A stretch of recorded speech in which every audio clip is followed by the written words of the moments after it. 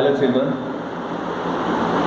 आज हम social science class 7 chapter number 3 पढ़ेंगे। ठीक है, इससे पहले 2 चैप्टर के आपके शायद आपकी बार में ऐसा हो चुका है कि मैंने 3 चैप्टर के आंसर्स भेज दिए चैप्टर 2 बता के, तो मैं 2 के अब भेज दूंगा, आप उसको 3 की जगह लिख देना, उसको 2 की जगह लिख देना। ओके, तो चैप्टर नंबर 3 द दिल्ली सल्तनत हम चैप्टर जो है आज स्टडी करेंगे। और ये बड़ा आसान चैप्टर है, कोई ऐसा मुश्किल चैप्टर नहीं है। दिल्ली सल्तनत के बारे में पढ़ना है, कुछ नाम नूम है और कुछ नहीं। ठीक है, टाइमलाइन यहाँ बनी हुई है, लेकिन टाइमलाइन से हमें कोई फ़ायदा नहीं होता, हमें टाइमलाइन से इतनी कोई वो नहीं है। हमें ये समझना है कि एक के बाद एक कैसे कैसे लोग आए। तो जो डायनेस्टीज है उसमें पहले कौन सी डायनेस्टी स्थापित हुई थी? स्लेव डायनेस्टी स्थापित हुई थी। फिर उसके बाद दूसरी कौन सी हुई थी? खिलजी डायनेस्टी स्थापित हुई। फिर तीसरी कौन सी हुई? तुगलक। फिर चौथी कौन सी हुई? फिर सैयद हुई। और 5वीं कौन सी हुई? फिर लोधी डायनेस्टी स्थापित हुई। ये 5 डायनेस्टीज हिंदुस्तान पे ये सल्तनत स्थापित हुई दिल्ली के अंदर। और इन्हें सुल्तानेत इसलिए बोलते थे क्योंकि ये लोग अपने आप को सुल्तान कहलाते थे। हिंदुस्तानी तो ये थे नहीं, विदेशी आक्रांता थे, लुटेरे थे, सीधे शब्दों में कहूँ डाकू लुटेरे थे, चोर लुटेरे। हिंदुस्तान में आए, इन्होंने लूटपाट करी, फिर कुछ लोग यहीं रुक गए, फिर यहीं पर राज करने लगे। राज क्या करने लगे लोग? राज करने के लिए ताकत की ज़रूरत थी पिछले ज़माने में। इसके हाथ में तलवार होती थी, वो दूसरे पर राज करता था, उसे मार पीट के। यही थे राज, और कुछ नहीं होता था राज। अच्छे राजा होते थे, वो लोग उन्हें प्यार करते थे, वो लोगों का ख्याल रखते थे। ये जैसे निकम्मे लोग थे तो ये दूसरों को के साथ जुल्म, जाति, ये सब काम करा करते थे। और क्या करते थे? जब मिडिवल पीरियड हुआ तो दिल्ली ने देखा कि एक के बाद एक उसके अंदर चेंजेस पैदा हुए, लोग बदलने लगे। तुर्की से कुछ हमलावर हिंदुस्तान आए 1192 में, और इसमें एक था मोहम्मद ऑफ गौर, जिसे मोहम्मद गौरी भी बोलते हैं। और उसने दिल्ली को पृथ्वीराज चौहान को हरा के जीता। पृथ्वीराज चौहान को इसी ने मारा था, मोहम्मद ऑफ गौरी ने, in the battle of Tarain with the help of governor name Qutbuddin Aibak. उसका एक गवर्नर था कुतुबुद्दीन ऐबक, और इसके मरने के बाद ये कुतुबुद्दीन ऐबक ही दिल्ली का सुल्तान बनेगा। ठीक है, और ये कुतुबुद्दीन ऐबक उसका कोई बेटा नहीं था मोहम्मद गौरी का। एक्चुअली में मोहम्मद गौरी के कोई बच्चे नहीं थे, मोहम्मद गौरी की कोई औलाद नहीं थी। तो उसने ना कुछ लोगों को ना स्लेव बना रखा था, धर्म परिवर्तन करके या वैसे उनको स्लेव्स बनाया हुआ था, और उनको वो अपने होने वाले उत्तराधिकारी की तरह पालता था, उनकी शिक्षा विक्षा कराता था, उनको ब्रेन वॉश करता था, उनको ये सिखाता था कि मेरे लिए वफादार रहो। तो उनमें से एक था कुतुबुद्दीन ऐबक, उसका एक गुलाम था ये। तो जैसे ही वो मरा, अब ये कोई सगे तो होते नहीं थे, इन्हें भी पता था कि हमें कैसे मार पीट के हमारे माँ बाप से छीना है हमसे। तो ये लोग भी कोई सगे नहीं होते थे, डर के मारे चुपचाप बैठे रहते थे। जैसे ही मोहम्मद गौरी मरा, कुतुबुद्दीन ऐबक कोई सगा तो था नहीं उसका, उसने एकदम से कह दिया कि मैं तो अपना स्वतंत्र राजा हूँ और मैं किसी के अंडर नहीं आता। आगे बात समझ में? तो ये जो कुतुबुद्दीन ऐबक नाम का जो राजा था, इसने क्या करा? स्लेव डायनेस्टी, गुलाम वंश की स्थापना करी। किसकी स्थापना करी इसने? गुलाम वंश की स्थापना करी। ये गुलाम वंश में क्या था? 1206 से लेकर 1290 कॉमन ईरा तक इन्होंने राज करा। जैसे मैंने आपको बताया कि मोहम्मद गौरी की डेथ हुई 1206 में, और उसके तुरंत बाद कुतुबुद्दीन ऐबक ने कह दिया कि मैं यहाँ का राजा हूँ। और ये बहुत अच्छा राजा साबित हुआ इन टर्म्स ऑफ राजकाज संभालने के। वैसे तो कोई अच्छा आदमी नहीं था, लेकिन राजकाज संभालने के जितने भी थे, ये 5, ये लोधी तक जितने भी थे, ये सब खून कत्लेआम मचाने वाले लोग थे। इनमें से कोई अच्छा आदमी नहीं था। ठीक है, हाँ, कोई कम करता था खून खराबा, कोई थोड़ा ज़्यादा करता था, करते ये सब खून खराबा ही थे। और देखते हैं ज़रा एक एक करके क्या क्या इन्होंने करा। ठीक है, जो शुरुआती सुल्तान थे जैसे कि कुतुबुद्दीन ऐबक, तो उन्हें क्या बोलता था? मामेलुक्स कहा जाता था। और मामेलुक का मतलब होता है अरबी में स्लेव। एक ख़ास बात है इस्लामियत के अंदर, एक बड़ी इंपॉर्टेंट चीज़ है कि इसके अंदर ना आपके ऊपर ना एक दाग लग जाता है ना, वो कभी हटता नहीं है। जैसे अब वही ज़बरदस्ती का, जब ये बंदा इस्लाम नहीं चुका था तो इसे इस्लाम की तरह राजा की तरह सुल्तान बोलते नहीं, इसे गुलाम ही बोलेंगे वो पूरी ज़िंदगी। कभी भी यूँ नहीं है कि राजा है तो राजा बोलते, नहीं, गुलाम राजा है। वो उसको कभी भूलते नहीं हैं। जैसे आज की डेट में जो पाकिस्तान के अंदर मुस्लिम्स गए थे पार्टीशन के टाइम पे, आज भी उन्हें मुजाहिर बोलते हैं। वो लोग हिकारत की नज़र से देखते हैं, सिर्फ नौकरी नहीं मिल सकती उनको, उनको बहुत प्रॉब्लम्स हैं, उनको वो लोग बेचारे सांस भी नहीं ले सकते, जब मर्जी उनको कोई भी सज़ा दे देते हैं, उनकी कोई सुनवाई नहीं है, उनको कोई जज की पोस्ट नहीं मिल सकती, उनको कोई पोस्ट ही नहीं मिल सकती। और जो हिंदुस्तान में वो सब मज़े उड़ा रहे हैं, क्योंकि यहाँ पर उनको सारी पोस्ट मिल सकती हैं, अच्छे अच्छे बेनिफिट्स मिल सकते हैं, ठीक है। फिर उसके बाद क्या आता है, कुतुबुद्दीन ऐबक 1206 से लेकर 1210 यानी सिर्फ 4 साल लगभग राज कर पाया, ठीक है। और इसे लाख बख्श बोला गया। लाख बख्श इसके चमचों ने इसको नाम दिया था, जो गिवर ऑफ लाख्स, जिस पे खुश हो जाता था उसे लाखों रुपए दे देता था। और ये बहुत फिलेंथ्रोपिस्ट, इसको इतिहासकारों ने हिंदुस्तान के इतिहास के साथ छेड़खानी तो की है, इसको बहुत बड़ा फिलेंथ्रोपिस्ट बता रहे हैं, ठीक है। और ये आर्ट और लिटरेचर का बड़ा शौकीन था, क्योंकि खुद भी गुलाम रह चुका था, तो ये सब गाने बजाने के ही काम करता था अपने आका को खुश करने के लिए, तो इसे उन चीज़ों का शौक भी था, ठीक है। तो इसने 2 मॉस्क बनाई, कुव्वतुल इस्लाम मॉस्क दिल्ली में और 2.5 दिन का झोपड़ा अजमेर के अंदर, इसने 2 मॉस्क बनवाई। और इसने शुरुआत करी हाईएस्ट बिल्ड मीनार बनाने की दुनिया में, जिसे कुतुब मीनार कहते हैं। हालांकि इसके ऊपर बड़ी वो है कि किसने बनवाई, लेकिन ये उसको पूरी नहीं कर पाया। और उसको पूरी किसने करा? इल्तुमिश ने पूरा करा। किसने करा? इल्तुमिश ने पूरा करा। इल्तुमिश इसके बाद 1210 में जब ये मर गया, गलती से कैसे मर गया? एक्सीडेंट में मर गया था। ये पोलो खेल रहा था, एक्सीडेंट हो गया, मर गया। तो उसके बाद जो इसका एक और गुलाम था शायद, वो इल्तुमिश, वो इस पर राजा बना, ठीक है। और वो भी कुतुबुद्दीन ऐबक का स्लेव था, इसके भी कोई बच्चे नहीं थे, ठीक है। तो वो गद्दी पे बैठ गया इल्तुमिश ने राज करा 1211 से लेकर 1236 कौमा मेरा तक। ये बहुत लंबा समय था राजा के लिए, ये लंबा समय होता है। राजा इतनी देर तक गद्दी पर बैठ जाए बहुत बड़ी बात होती है, क्योंकि राजा को सब हटा के बैठना चाहते हैं, तो उनके खिलाफ साजिशें होती हैं, हमले होते हैं। तो अगर कोई राजा 10-20 साल लगातार राज कर जाए तो बहुत बड़ी बात है, ठीक है। इसने राजपूत को हराया, इसने बहुत सारे लोगों को हराया, ये अच्छा वो था, ठीक है। फिर इस अगली बारी आती है रजिया सुल्ताना। अब इल्तुमिश के कई बच्चे भी थे, इल्तुमिश के बच्चे हुए थे, लेकिन कोई उनमें से काबिल नहीं था। इल्तुमिश एक ईमानदार आदमी था एक तरीके से, तो उसने अपने राजकाज को इतना जो उसने मेहनत से बसाया था, तो उसने अपने बच्चों को ना, लड़कों को ना देकर लड़की को दे दिया। उसने देखा मेरी लड़की काबिल है, लड़के मेरे नालायक हैं, वो राजकाज चला नहीं पाएंगे, तो उसने राजकाज दे दिया अपनी लड़की रजिया सुल्ताना। रजिया सुल्तान बोलते हैं इसको। अकेली फीमेल रूलर हुई है, जो 1236 से लेकर 1240 तक इसने राज कराया। 4 साल ही सिर्फ राज कर पाई, क्योंकि इसी के अपने लोगों ने, इसके भाइयों ने, कज़िन लोगों ने इसे धोखे से मार मूर के इसे हटा के, और वो खुद गद्दी पे बैठ गए, ठीक है। अब जैसे कि ये घियासुद्दीन बलबन है, ये क्या था? ये नोबल्स यानी कि जो सरकारी राजघराने के अंदर जो नौकरशाह होते हैं, जो ऊंची पोस्ट पे लोग होते हैं, मंत्री टाइप, ये वो इसने रजिया सुल्तान को निपटाया। उसके ही अपने साथियों के साथ, उसके अपने छोटे भाई के साथ मिलकर,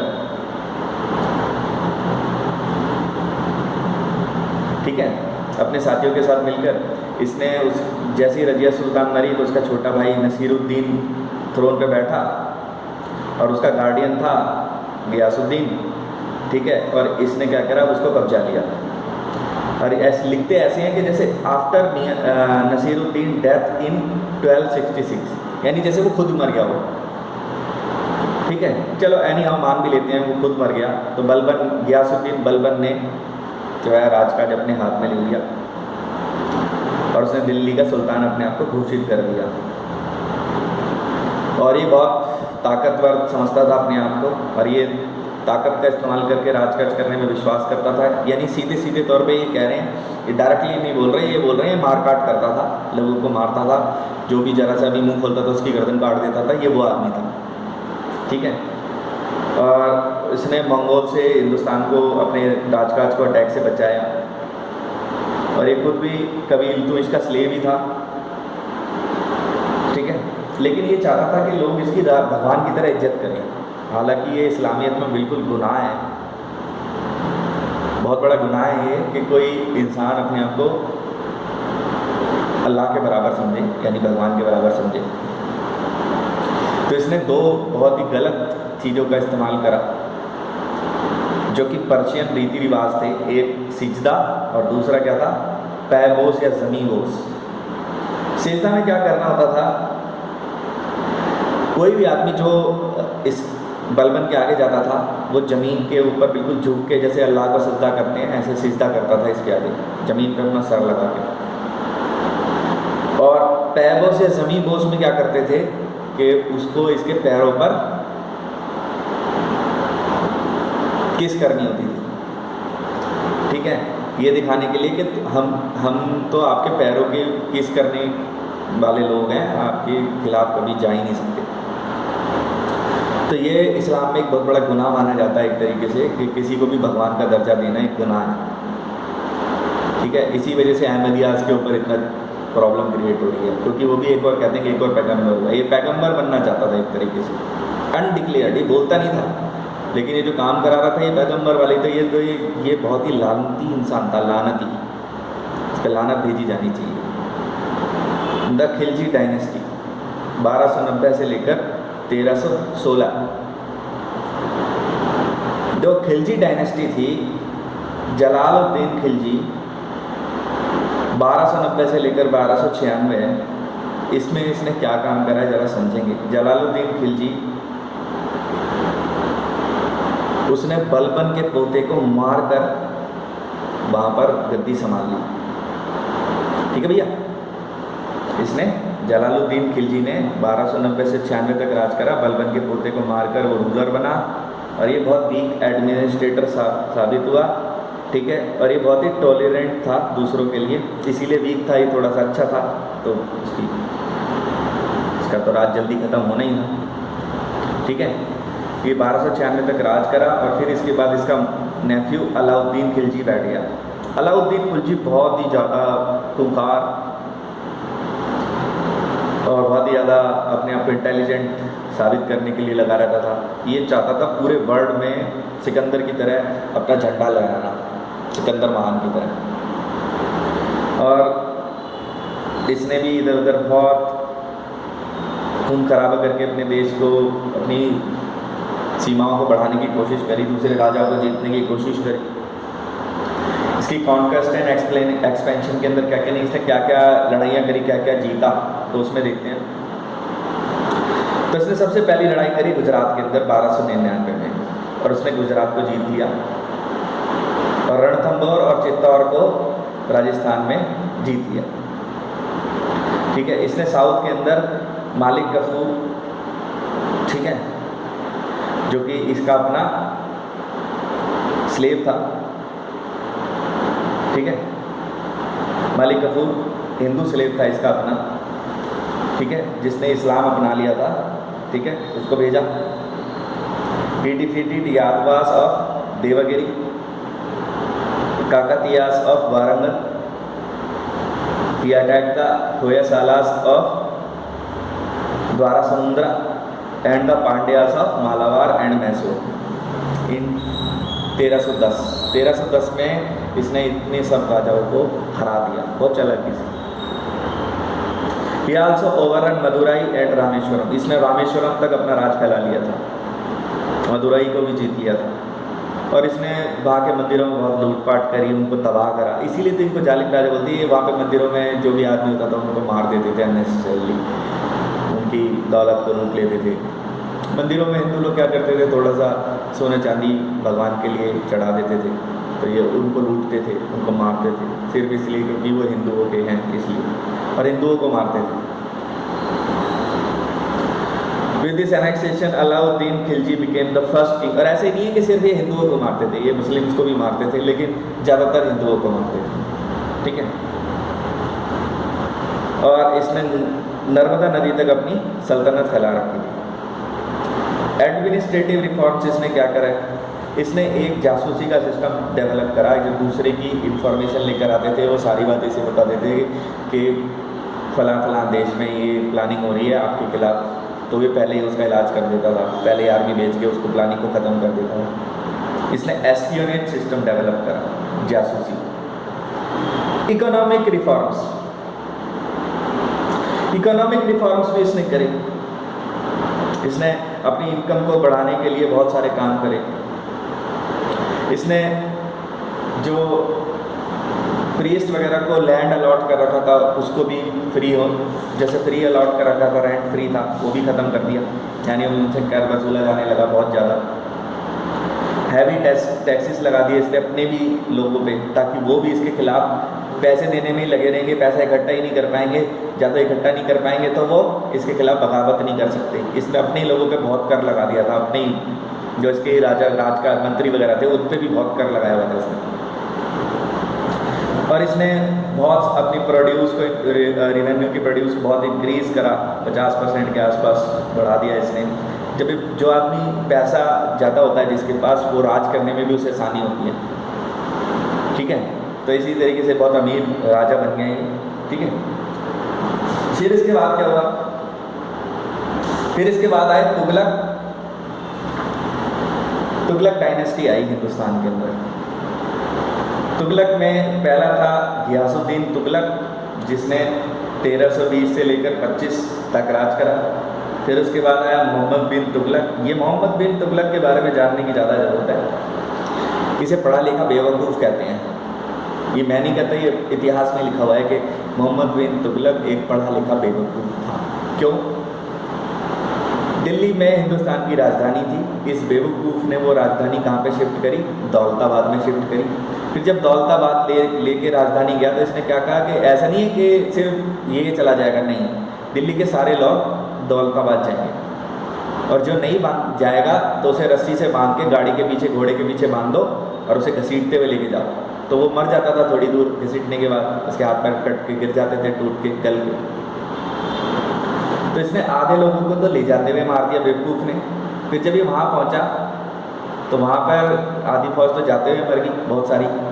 जब वहाँ पहुँचा तो वहाँ देखा कि वो तो दिल्ली से तो बहुत दूर है। अब इधर से जो भी लोग हमला करते थे बाहर के, वो दिल्ली पे तुरंत हमला करके लूटपाट करके चले जाते थे, ये तो बहुत दूर पहुँच गया। तो इस बेवकूफ़ ने क्या करा कि चलो वापस दिल्ली चलो। अब जब ये वापस दिल्ली आया तो बहुत सारे लोग जब मर गए। इसने इतना अत्याचार करा अपने देश की लोगों पर कि पूछिए, बेवकूफ़ था, पढ़ा लिखा भी था। और इससे पहले वाले पढ़े लिखे नहीं थे, ये बेवकूफ़ पढ़ा लिखा भी था, इसीलिए इसको पढ़ा लिखा बेवकूफ़ कहते हैं। इसने क्या करा, सबसे पहले तो डोआब रीजन। डोआब मतलब होता है एक ऊपर गंगा बहती है, नीचे यमुना बहती है, इनके बीच का जो रीजन है इसे डोआब बोलते हैं, दो नदियों के बीच के रीजन को। इसने बहुत ज़्यादा टैक्स बढ़ा दिया। अब लोग जब टैक्स बढ़ने लगा, लोगों को बेचारे को खाने कमाने की नौबत नहीं रही, तो लोग उस इलाके को छोड़ के भागे। क्या करेंगे ऐसे किसी राजा जो इतना टैक्स, भाई तुम कमा 10 रुपये रहे हो, मैं कह रहा हूँ मुझे 15 रुपये चाहिए हर साल के यहाँ रहने के, और नहीं दोगे तो मैं तुम्हारी खाल उतारूँगा, हड्डियाँ तोड़ूँगा, हंटर मारूँगा तुम्हें। क्या करोगे? भाग जाओगे। ये वो लोगों ने खेती करनी बंद कर दी, लोग भागे। तो ये बेवकूफ़, इसकी इनकम कम हुई। भाई 10 मान लो 10 रुपये खुद कमाते हैं लोग, तो उनसे 2-3 रुपये लेता। 10 रुपये की इनकम में से 7 रुपये उनके खर्चे के रहने देता, 5 रुपये ले लेता। जब इसने ज़्यादा करी तो वो लोग इलाका ही छोड़ के भागे। खेती नहीं हुई वहाँ पे, जब खेती नहीं तो टैक्स किससे लेगा? खाली जगह से। Shifting of capital from Delhi to Daulatabad. Shifting of capital from Delhi to Daulatabad, वही जो मैंने आपको बताया कि दिल्ली से दौलताबाद ये कैपिटल को लेके गया, आधे जाते हुए मर गए, आधे आते हुए मर गए, बहुत सारे लोग मर गए, इसकी सेना के भी लोग मरे गए। इंट्रोडक्शन टू टंका करेंसी। इस कलाकार ने सोने के सिक्के या चांदी के सिक्के की जगह ब्रॉन्ज के सिक्के चलाए, और जो लोगों ने देखा कि ब्रॉन्ज के सिक्के चल रहे हैं तो वो घरों में छापने लगे उनको। इस तरीके के बहुत सारे नकली सिक्के आ गए और इससे इसको बहुत सारा नुकसान हुआ, ठीक है। इसने गलत मिलिट्री एक्सपेडिशंस भी करी, जिससे भी उसको बहुत नुकसान हुआ। तो इसके ये 4-5 गलत फैसले की वजह से इसका काम तमाम हो गया बहुत जल्दी। फिरोज शाह तुगलक। फिरोज शाह तुगलक, आपने कभी फिरोज शाह कोटला एक ग्राउंड भी सुना होगा, ये भी इसी के नाम पर बना हुआ। फिरोज शाह तुगलक भी 1351 से लेकर 88 तक हिंदुस्तान की गद्दी पर बैठा, दिल्ली की गद्दी पे, जिसके बारे में भी कोई खास जानकारी ऐसी कुछ हो नहीं। फिर सैयद डायनेस्टी आई। सैयद डायनेस्टी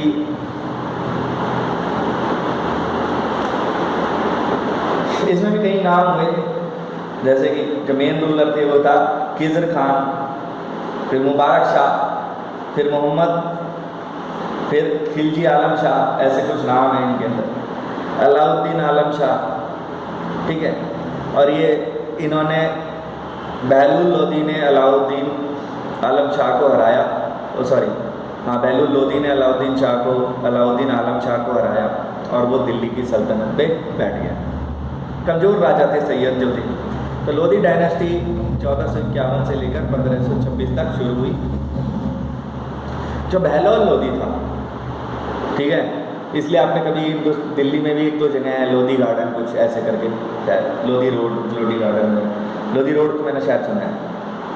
तो बहलौल वो गवर्नर था लाहौर का और सिरहिंद का, ठीक है, और उसने लोधी डायनेस्टी को बनाया और अपने मिलिट्री एक्सपर्टाइज यानी कि अपने लड़ने झगड़ने की दिमाग, मिलिट्री पावर्स का इस्तेमाल करके उसने जौनपुर को अपने में मिला लिया, ग्वालियर को अपने में मिला दिया, नॉर्थर्न और ईस्टर्न इंडिया के कुछ हिस्सों को भी अपने उसमें मिला दिया और इसको एक टाइटल मिला खान खानमदान, ठीक है। फिर इसके बाद आता है सिकंदर लोधी। सिकंदर लोधी इसका बहलौल लोधी के बाद गद्दी पे बैठा 1489 1517 तक, ठीक है। ये भी नोबल एडमिनिस्ट्रेटर कहा जाता है, ठीक है। इसने ट्रेड और कॉमर्स को खूब बढ़ावा दिया और इसने आम आदमी की ज़िंदगी के अंदर कुछ अच्छा काम करा कि उसने टैक्सेस को थोड़ा सा कम कर दिया इस सिकंदर लोधी ने। फिर इसके बाद आता है इब्राहिम लोधी। ये भी दिल्ली का सुल्तान बना और ये 1517 से लेकर 1526 तक इसने दिल्ली में राज करा और इसके राजकाज में अफ़गान लोगों ने, जो इसके दरबारी थे, उन्होंने विद्रोह कर दिया, ठीक है। और उन्होंने बाबर को बुलाया और बाबर ने इब्राहिम लोधी की, जैसे ये लोग करते थे, गर्दन काट दी। तभी तो मैं कहता हूँ कि किसी के सगे नहीं थे, तभी तो मैंने लुटेरा कह रहा हूँ। जो बाबर आया वो लुटेरा क्यों था? बाबर इसीलिए लुटेरा था क्योंकि ये जो थे ये इस्लामियत के नाम पे कर रहे हैं जंग, तो फिर एक दूसरे को तो मत मारो, नहीं, ये सबको मारते थे, ये लुटेरे थे सिर्फ। अब कोई कहे कि ये लुटेरे नहीं थे तो ये गलत है। क्यों? ये लुटेरे इसलिए थे, अब देखो बाबर आया और उसने इब्राहिम लोधी की गर्दन काट दी, समझ में आई बात?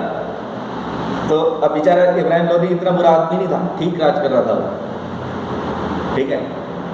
तो हिस्ट्री को हमेशा से टेढ़ा मेढ़ा करके सुनाया जाता है, असली लोगों को असलियत तो जो भी है, जो इसमें लिखी है वो मैंने बताई दी है, जो एक्स्ट्रा थी वो भी मैंने बता दी है जो मैं जानता था।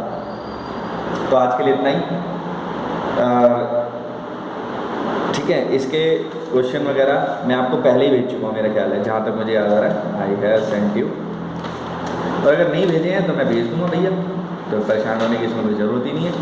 तो देखते हैं, आज के लिए इतना ही। Have a good day.